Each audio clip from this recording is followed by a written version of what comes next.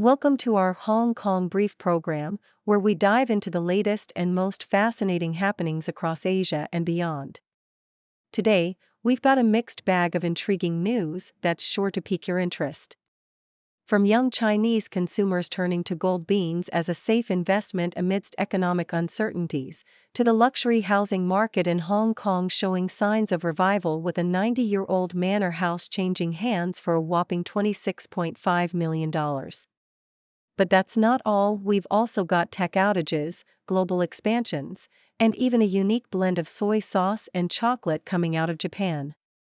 In the world of finance and investments, gold beans are all the rage among China's Gen Z, signaling a shift in investment trends due to deflation and disillusionment in the stock market.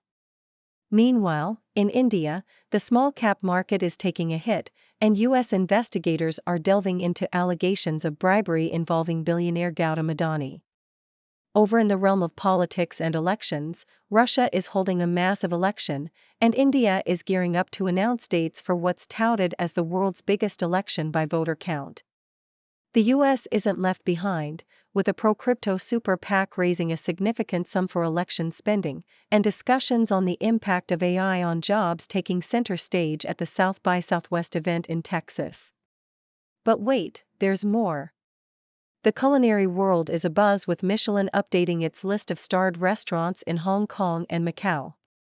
On a more serious note, Hong Kong's securities watchdog has placed a major crypto exchange on its alert list, and McDonald's faced a global outage, affecting operations across Asia.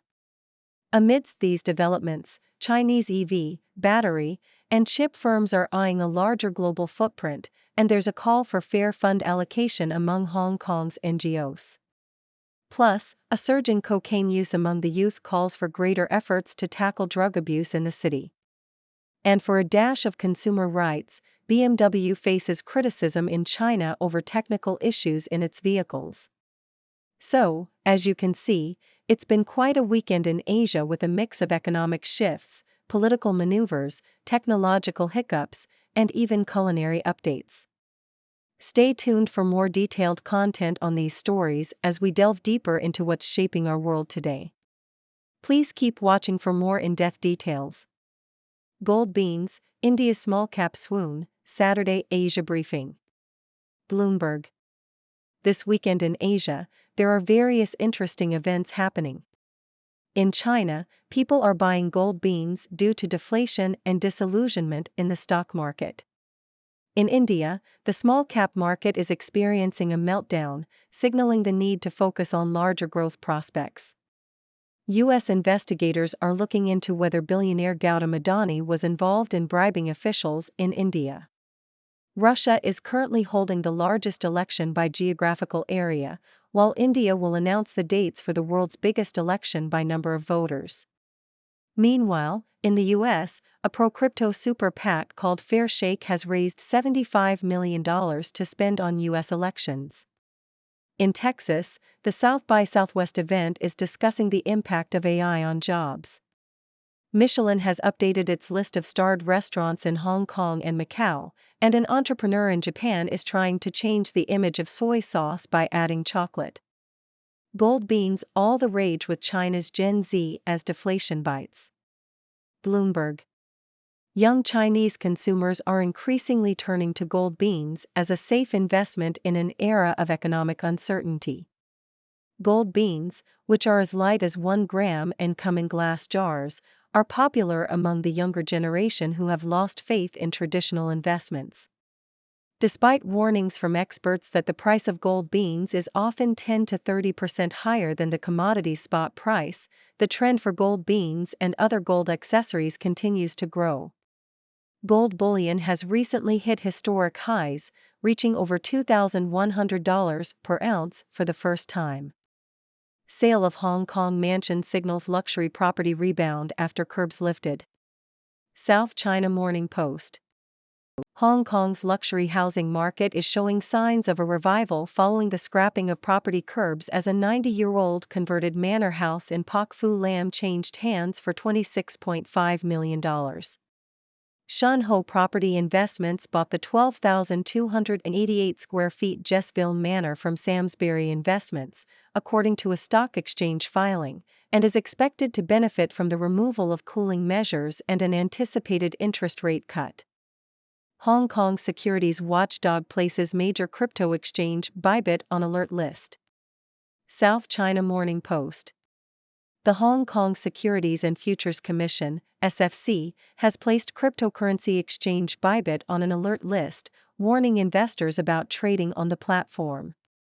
The SFC stated that Bybit has offered cryptocurrency investment products to Hong Kong investors even though it is not licensed to operate in the city.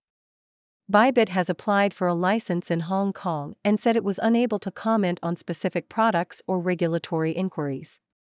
The SFC's warning reflects Hong Kong's efforts to ensure local cryptocurrency activities adhere to existing virtual asset regulations. McDonald's hit by global outage, forcing some restaurants to shut down. Yahoo! McDonald's restaurants across Asia, including in Japan, China, Australia, Hong Kong, Taiwan, and Singapore, experienced a technology outage that temporarily halted operations and online orders. The outage was resolved the same day, and the company said it was not a cybersecurity event, but rather was caused by a third-party provider during a configuration change. China's EV, battery, and chip firms seek bigger global reach. Nikkei Asia. Chinese executives in the electric vehicle, EV, battery and semiconductor sectors discussed their plans for expanding China's global representation in their respective fields at the annual National People's Congress. He Xiaopeng, CEO of EV maker Xpeng, said that his company will learn from Volkswagen's experience in global operations. Lu Jingyu, chairwoman of battery maker CALB, expressed hopes of expanding abroad, with a new plant in Portugal currently under construction and a factory in Thailand. Wu Yuanda, vice president of optical chip manufacturer Hunan Shijia Photons Technology, said that his company will focus on designs for smaller chips and improving production processes. Hong Kong NGOs must have fair allocation of funds. SCMP opinion. The Hong Kong government has implemented a new scoring system for non-government welfare organizations seeking subsidies, which takes into account whether the organizations have supported official policies over the past 3 years. Activities that support national education, the country's development, and national holidays are given more weight in the scoring system. Some groups have criticized the move, likening it to political censorship. The government stated that having patriotic organizations would ensure that resources are used to benefit those in need. Officials will also monitor the funding and performance of these organizations to ensure transparency and accountability. Hong Kong cocaine surge calls for greater effort to tackle drug abuse. SCMP opinion. Cocaine has replaced cannabis as the top drug of choice among young substance abusers in Hong Kong, according to a report from the Action Committee Against Narcotics. The report also revealed that the number of drug abusers under the age of 21 fell from 744 in 2022 to 659 in 2023, but more than half of these individuals abused cocaine. Experts have warned that the true scale of the drug abuse problem among young people may not be reflected in official numbers. The shift towards cocaine has been attributed to increased supply, lower prices, and a rise in social stress following the COVID-19 pandemic. Health experts have expressed concern about online drug traps and the addictive nature of cocaine. Authorities are planning to highlight the dangers of cocaine through television and radio warnings, as well as on social media and dating apps. Experts are calling for further cross-sector cooperation to monitor changes and adjust anti-drug efforts. China's Name and Shame event calls out BMW for technical issues. Bloomberg. BMW has been criticized on a Chinese consumer rights show for technical defects in its BMW 530li sedan. The program, called the 315 Gala, is aired every year on World's Consumer Rights Day and aims to uncover unfair practices by companies. BMW issued a statement on its Weibo account saying it had made technical checks on the reported issue and was analyzing the problem to provide a satisfying response to consumers. The show is seen as a yardstick for displeasure from the Chinese government and has previously led to regulatory investigations and public apologies from executives. Team GB and Australia produce compelling races, but Track Nations Cup falls flat. South China Morning Post. The UCI Track Championships in Hong Kong saw low attendance despite the presence of world-class track cyclists. Only around 25% of the available seats were occupied on the opening day, raising concerns about ticket sales for the rest of the event. The championships are particularly important this year as they offer qualifying points for the Summer Olympic Games. Despite efforts to attract fans, including fair ticket prices and the presence of local riders, attendance has been disappointing. Organizers are hoping for a rush of interest over the weekend. Puig and Kruger carve out slender lead at International Series Macau. South China Morning Post. David Puig from Spain and Jeeb Kruger from South Africa are leading at the International Series Macau golf tournament with a one-shot lead. Both players took advantage of the calm conditions to score well, with Puig carding a 6-under par 64 and Kruger scoring a 63. They are just ahead of Bjorn Helgren and Mito Pereira, who are one shot behind. The top 30 players are separated by only 4 shots. The overnight leader, Li Haodong, had a rough day and dropped down the leaderboard after finishing with a 2/72. Puig is feeling tired but confident and hopes to take home the trophy.